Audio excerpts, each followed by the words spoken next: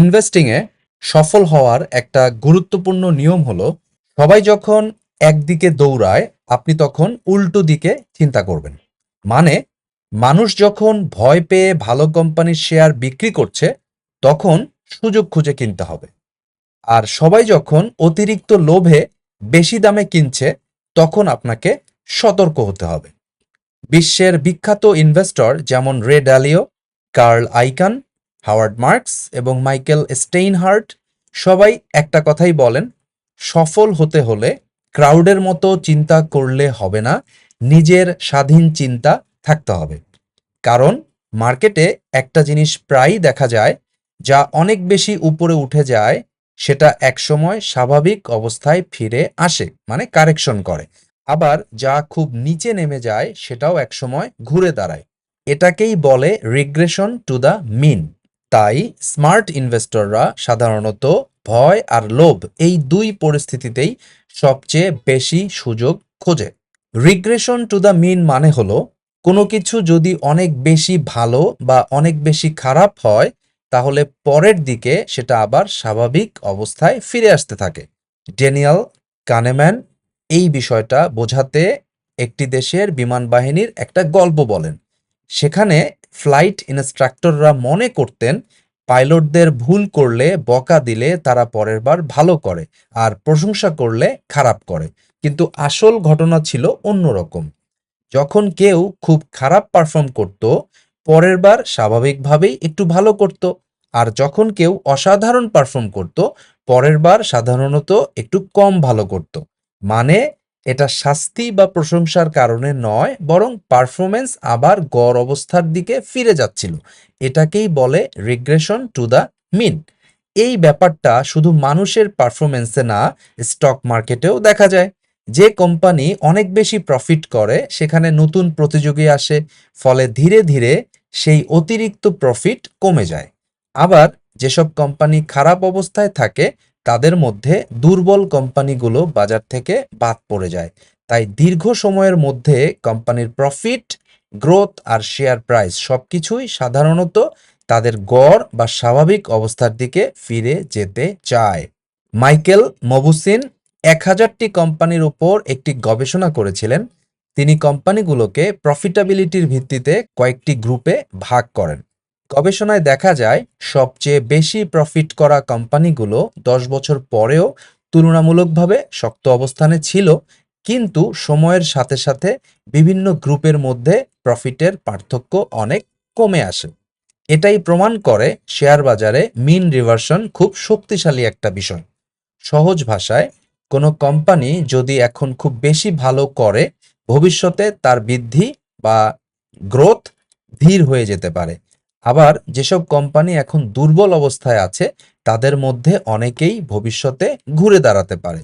যে বিনিয়োগকারীরা এই বিষয়টি বুঝতে পারে তারা এমন স্টক খুঁজে বের করতে পারে যেগুলো বর্তমানে প্রফিট কম কিন্তু অতীতে ভালো পারফরমেন্স ছিল। এভাবে সঠিক সময়ে কম দামে ভালো কোম্পানিতে বিনিয়োগ করলে ভবিষ্যতে মিন রিভার্সনের সুবিধা পাওয়ার সম্ভাবনা অনেক বেড়ে যায়। এই স্ট্র্যাটেজি বাস্তবে ব্যবহার করার জন্য একটি কার্যকর টুল হলো একুয়ার্স মাল্টিপল। এটা মূলত পি রেশিওর আরও উন্নত একটা ভার্সন। সাধারণভাবে পি রেশিও কি করে? এটা কোম্পানির মার্কেট ক্যাপকে আর্নিংস দিয়ে ভাগ করে।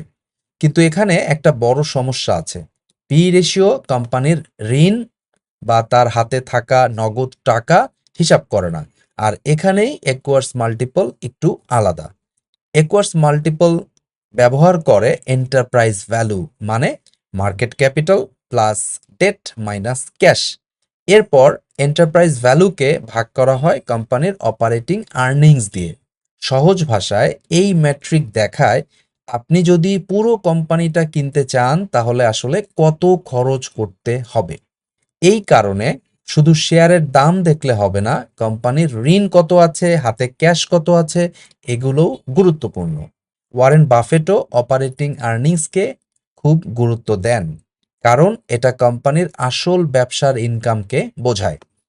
এখন যদি কোনো কোম্পানির একুয়ার্স মাল্টিপল কম হয় তাহলে তার মানে হলো আপনি তুলনামূলক কম দামে সেই কোম্পানির আর্নিংস কিনতে পারছেন। অনেক সময় এ ধরনের কোম্পানিগুলো বাজারে অবহেলিত থাকে, মানে মানুষ সেগুলো নিয়ে খুব আগ্রহী হয় না।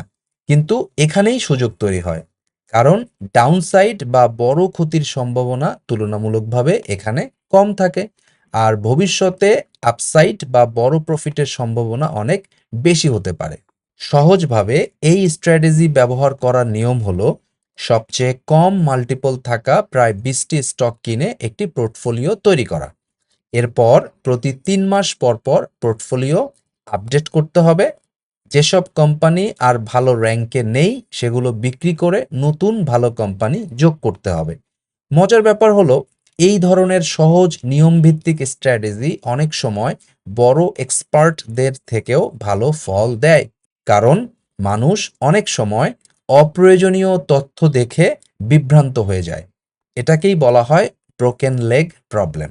মানে সহজ নিয়ম ফলো করার বদলে মানুষ ভাবে এইবার হয়তো আলাদা কিছু হবে, আর তখনই তারা নিয়ম ভেঙে সিদ্ধান্ত নেয়।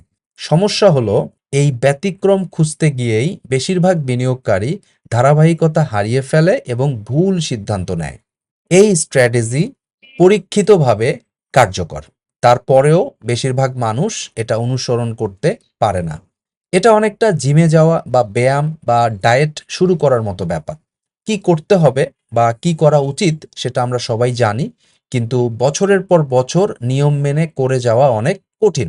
কারণ এই ধরনের ইনভেস্টিংয়ে দরকার হয় ধৈর্য, ডিসিপ্লিন আর সাহস। বিশেষ করে যখন মার্কেট পড়ে যায় তখন সবাই ভয় পায়। অনেকেই ভালো কোম্পানি কম দামে কিনতে না পেরে উল্টো আতঙ্কে বিক্রি করে দেয়। আর ঠিক এই কারণেই সবাই জানার পরেও এই স্ট্র্যাটেজি অনুসরণ করে না, কারণ সফল ইনভেস্টিং শুধু জ্ঞানের খেলা নয়, এখানে মানসিক শক্তিও অনেক বেশি প্রয়োজন।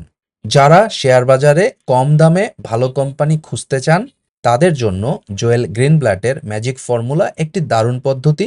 তিনি তার বিখ্যাত বই the little book that beats the মার্কেটে এই কৌশলটি ব্যাখ্যা করেছেন। এই পদ্ধতি এমন কোম্পানি খুঁজে বের করার চেষ্টা করে যেগুলো একদিকে ভালো প্রফিট করছে আর অন্যদিকে বাজারে এখনো তুলনামূলক কম দামে পাওয়া যাচ্ছে। এটি একুয়ার্স মাল্টিপল কৌশলের মতোই একটি নিয়মভিত্তিক বিনিয়োগ পদ্ধতি, তবে দুটো পদ্ধতি কোম্পানিকে একটু ভিন্নভাবে মূল্যায়ন করে। সবচেয়ে গুরুত্বপূর্ণ বিষয় হলো সফল বিনিয়োগের জন্য আবেগ নয়, বরং ডিসিপ্লিনড এবং রুল বেসড ইনভেস্টিং অনেক বেশি কার্যকর। দীর্ঘমেয়াদে এই ধরনের নিয়ম মেনে বিনিয়োগ করলেই শেয়ার বাজারে ভালো ফল পাওয়ার সম্ভাবনা বেশি থাকে।